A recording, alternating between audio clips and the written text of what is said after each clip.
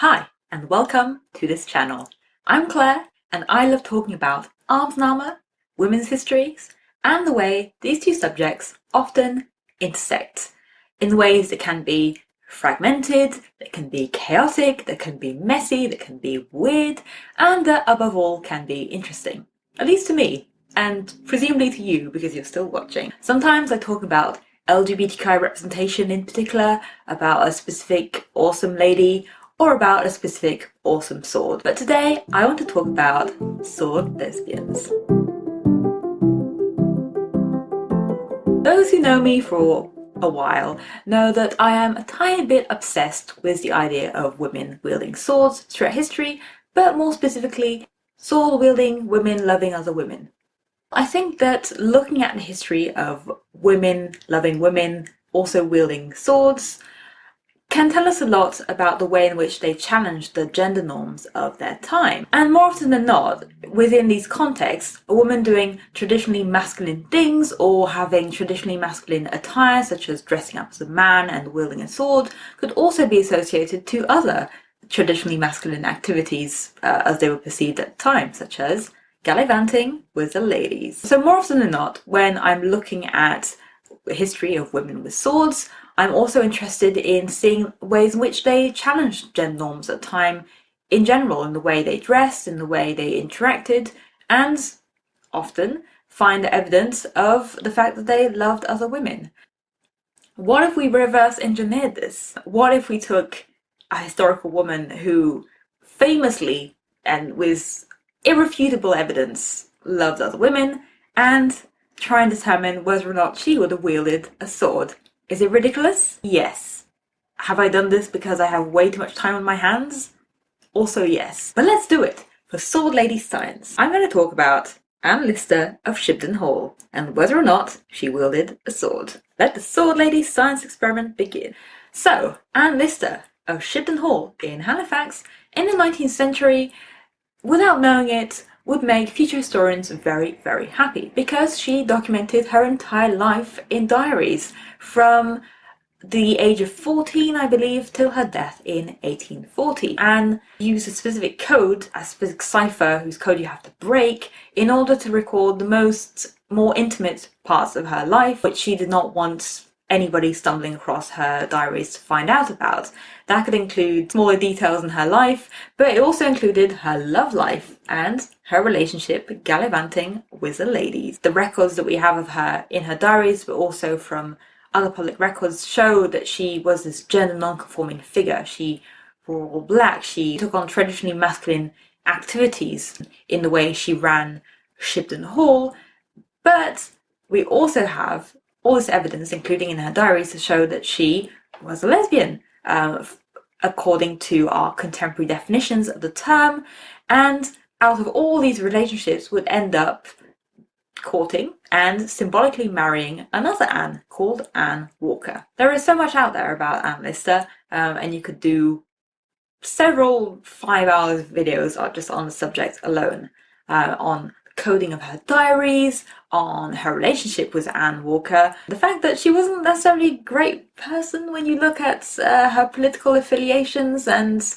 the way she conducted business as a landlady at the time. She was a complicated figure, and I think she's a good reminder that when we're talking about LGBTQI icons from the past that show that gay, lesbian, bi, trans people have always existed, those people aren't necessarily moral examples either. She's quite a complicated, messy figure, and I think that's also why people like studying her and talking about her. So fast forward to now, and after narrowly escaping censorship and destruction, I mean, just the story of how this diary came to be openly shared and published is incredible. It was hidden at Shibden Hall, then it was almost destroyed by one of Anne's descendants who may also have been gay. I think it was decoded, but then the contents relating to Anne's love life were not made publicly available. Then finally, thanks to researcher and writer Helena Whitbread, that content was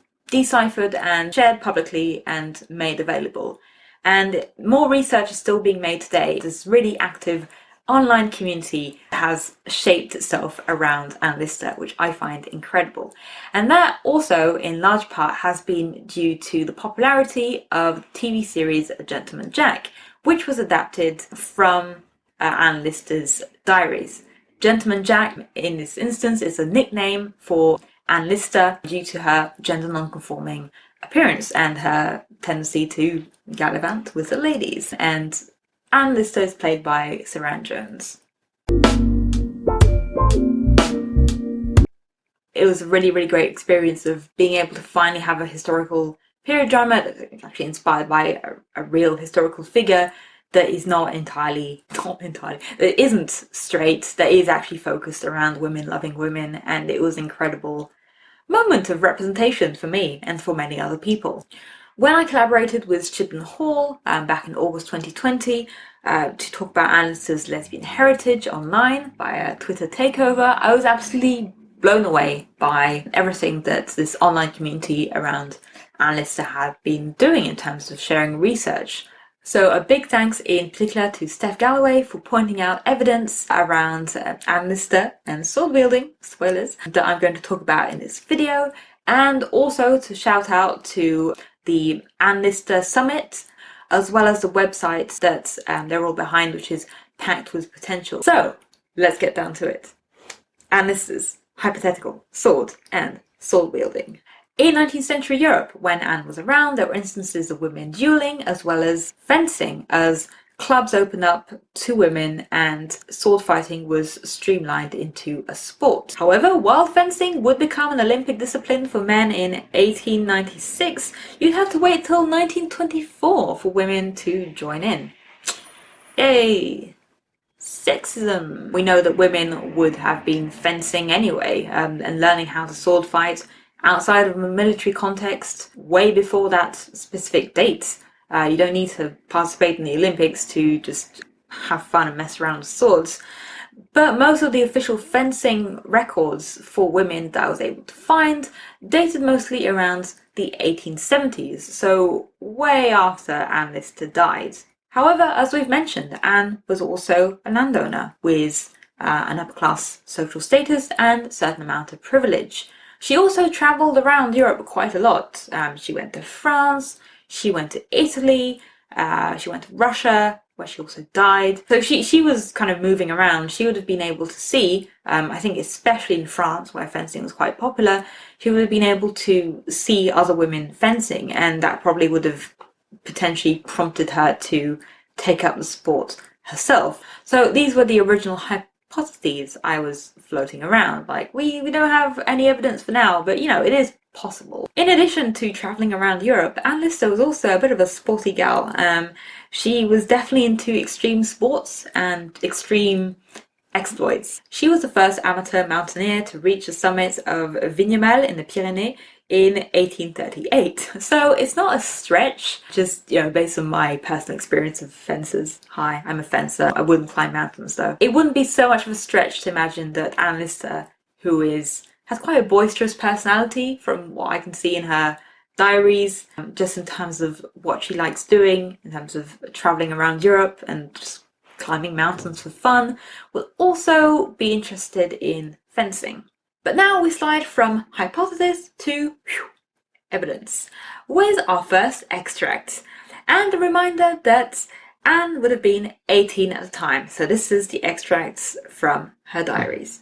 8th May 1809. I, with nothing on but my night jacket over my shift, my stocking and nightcap, took the pistols loaded with ball which were ready under my pillow, and a sword, went with him and my mother upstairs. So, first of all, Anne sleeps with a loaded pistol under her pillow. Second, a bit more context. This is after she heard a man upstairs and thought this might be a robber and went to investigate, because that's just who Anne is as a person. Later on we get this passage from 20th of June 1809. Bernard Maguire, a private in 6th DG, which is Dragoon Guards, gave me my first lesson in the broadsword exercise. Those two extracts made my day, my week, possibly my year. Which, I mean, it was 2020, so that probably wasn't very, very difficult, but still. So, what's a broadsword? Sometimes it is described as a double-edged and two-handed sword. So, see, double-edged and two-handed. What Anne is actually referring to would have been a usually double-edged sword, so at least that's right, with a large basket hilt on the guard that could protect your hand while fighting, and which was used with one hand, mostly used by the military. And more specifically cavalry, who would have used its design meant to cut and thrust at their advantage on horseback. So Maguire, in Anne's extract, was a private part of the Dragoon Guards, so he was maybe teaching Anne how to fight with sword type that he was used to fighting with. So here is a Dragoon sword to give you an idea. Looking at fencing manuals from the 18th century, fencing was a broadsword to learn how to duel as a civilian, so not in a military context, rather than a light, small sword, would have been pretty uncommon. But it's not actually unheard of. You can find 18th century Scottish manuals referring to it. Young Anne, probably not having access to any fencing clubs and any kind of traditional way of learning how to fence with a small sword or any other sword at the time, probably took advantage of the expertise close to home, to Halifax, which was in itself a military base and a point of raiment for many military troops to learn new sword fighting skills. I can just imagine a young Anne bothering her Dragoon Guard neighbour until he teaches her broadsword exercises. That just sounds exactly like what she would do. But let's add a few more things to reinforce this sword evidence, including this extract. John, so that's her brother, and I got each of us a wooden sword from our neighbour, ye joiner. It's also worth pointing out that her father Jeremy was in the military. So was her brother Samuel, who died when she was 22 and with which she was reportedly very close. Side note, I was watching Gentleman Jack for research when I came across a moment in episode 2 when Anne mentions her brother Samuel. So she says this in a series. She says she just casually mentions that her brother taught her sword fighting. I cannot, for the life of me, find any evidence in her diaries that actually supports this line in the series. In the meantime, I thought it was really interesting and quite nice touch that the Gentleman Jack TV series was able to bring in this fact about her brother and also the fact that she learned how to sword fight, even though they obviously mashed some things together. It's also worth pointing out that a very famous deleted scene that was shared with me and that also made my entire year from Gentleman Jack is a scene where around the age of 18, so she's pretty young, she's seen just messing around on the roof of her family home with a sword, which happens to be a broadsword, basket-hilted sword. But finally, also a quick note on what Anne would probably have worn as a theoretical sword fighter, given her gender nonconformity in terms of clothing, and how that definitely fed into her other masculine interests. First off, by 1817, Anne would have been wearing entirely black, which doesn't sound like such a huge flex in our day and age where we're used to seeing goth people. But at the time, for a woman, it would have been seen as a very controversial move if you weren't in mourning to just wear all black all the time.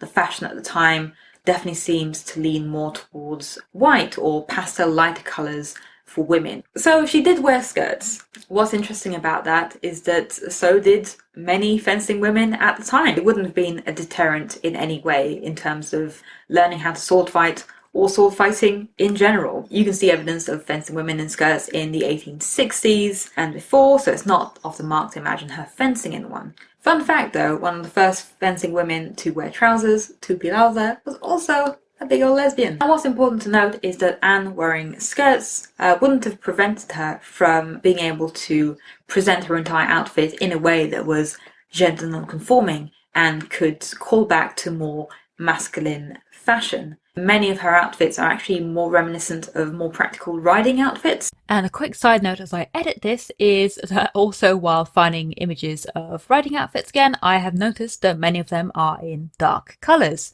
So obviously that doesn't mean that what I said before is being contradicted. I think it still would have been quite unusual for a woman to wear black in her everyday clothing when she wasn't out riding, and it probably would be quite unusual to be constantly in the more practical attire of riding outfits. But I thought I'd point it out because the Gentleman Jack adaptation also has Anne wearing a top hat, which incidentally has been next to me for the entire video.